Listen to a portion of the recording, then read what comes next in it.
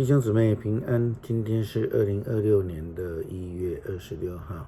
今天的经文是诗篇27篇第7节到14节，士师记第6章1节到24节，以弗所书第5章第6节到14节。今天要跟大家分享的主题是照光。以前呢，看战争的片子、影片都会看到一些描写战争的困难有些士兵呢被围困虽然仅剩少少的兵力，仍然奋战到底的这样的一个场景。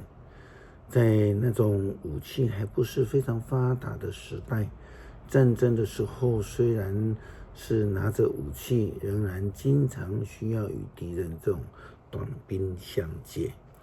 在圣经的当中也经常出现古代战争的这种场景，旧约当中我们也常常看到这种圣经记载要灭绝敌人，也看到那种敌人敌我的人数比例相差很大的这个情景。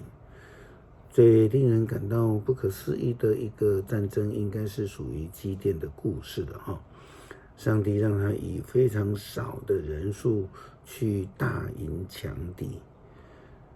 上帝的使者称基甸为强猛的勇士，因为他要带领以色列人与米甸人战争。在士师记第6章11节到24节这样记载，后来上主的天使到俄弗拉村，坐在约阿斯家的橡树下。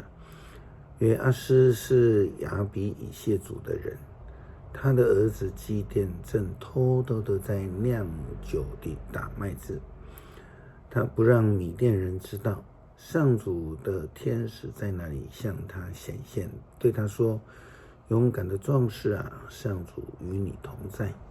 基甸说：先生，如果上主与我们同在，我们怎么还会在这个些地方遭遇不幸的事情呢？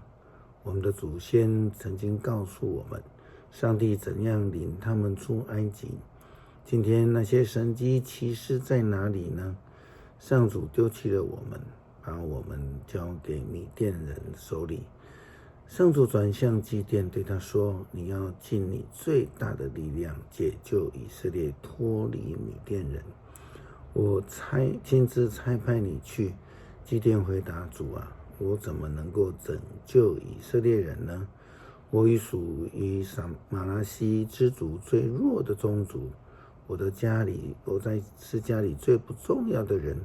上主说：我一定与你同在，你将轻易击败米甸人，好像击打人一样。基甸回答：如果我得你的欢心，请给我证明上主你亲自对我说了的话，请不要离开，等我带一些食物来给你。上主说：我会等你回来。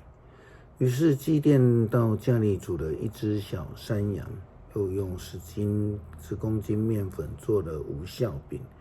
他把肉放在篮子里，把汤放在锅子里，带给在橡树下的天使。上帝的天使对他说：把肉和无酵饼放在这块大石头上，把汤倒在上面。基甸照做了。上主的天使伸出手，拿着拐杖，端出了肉和饼，有火从大石头喷出来，烧尽了肉和饼，天使就不见了。基甸一知道他所看见的是上主的天使，就惊恐地说：至高的上主我竟然面对了看见了你的天使。上主对基甸说：平安，不要怕，你不会死。基甸就在那里为上主筑了一座坛，称它为上主赐平安。这祭坛仍然在亚比以谢族的俄弗拉。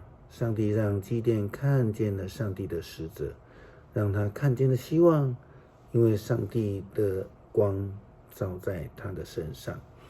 所以基甸就为了上帝筑了一座坛，称为上帝赐平安。保罗在写信给以弗所教会的书信当中呢，提到了属于基督的人会有主的亮光，就不会去相信那一些空洞的话。属于耶稣基督的人就有光明之子的样式，行在光中也会得到光照，并且能够结出光明的果子，就是良善、公义以及真理的果子。以弗所书第5章第6节到14节，保罗这样说道：不要让任何用空洞白话欺骗你们，正是为了这些事，上帝的愤怒要临到悖逆的人身上，所以不要跟这些人来往。你们原是在黑暗中，可是自从成为主的信徒，你们就在光明当中。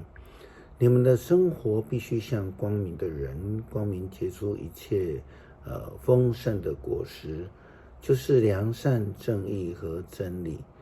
要明辨什么是主所喜悦的事，不可做别人在黑暗中所做那一些无意义的事，反而要把这些事揭发出来。他们暗地里所干的勾当，连提一提都觉得很可耻。当一切的事被公开出来的时候，真相就显露了，因为凡显明出来的就是光。所以诗中这样说：醒来吧，睡着的人，从死人中活起来，基督要光照你们。